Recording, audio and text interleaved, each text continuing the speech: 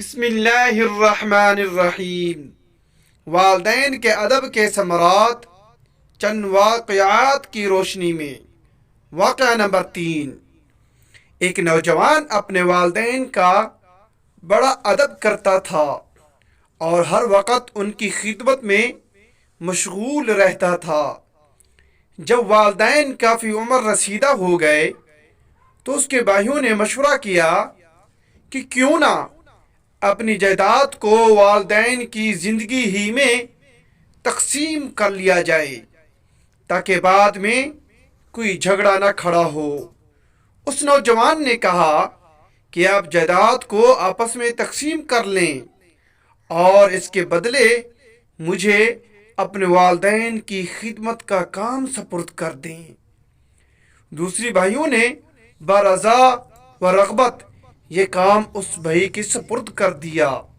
یہ نوجوان سارا وقت محنت مزدوری کرتا، پھر گھر آ کر بقیہ وقت اپنے والدین کی خدمت اور بیوی بچوں کی دیکھ بھال میں گزارتا۔ وقت گزرتا رہا حتیٰ کہ اس کے والدین نے داعی اجل کو لبیک کہا۔ ایک مرتبہ یہ نوجوان رات کو سو رہا تھا کہ اس نے خواب میں دیکھا کہ کوئی کہنے والا اسے کہہ رہا ہے کہ اے نوجوان، تم نے اپنے والدین کا ادب کیا، ان کو راضی و خوش رکھا، اس کے بدلے تمہیں انعام دیا جائے گا۔ تو فلاں چٹان کے نیچے 1 دینار پڑا ہے، وہ اٹھا لو، اس میں تمہارے لیے برکت رکھ دی گئی ہے۔ یہ نوجوان صبح کے وقت بیدار ہوا تو اس نے چٹان کے نیچے جا کر دیکھا تو اسے 1 دینار پڑا ہوا مل گیا۔ اس نے دینار اٹھا لیا اور خوشی خوشی گھر کی طرف روانہ ہوا۔ راستے میں ایک مچھلی فروش کی دکان کے قریب سے گزرتے ہوئے اسے خیال آیا کہ اس دینار کے بدلے میں ایک بڑی مچھلی خرید لی جائے تاکہ بیوی بچے آج اس کے کباب بنا کر کھائیں۔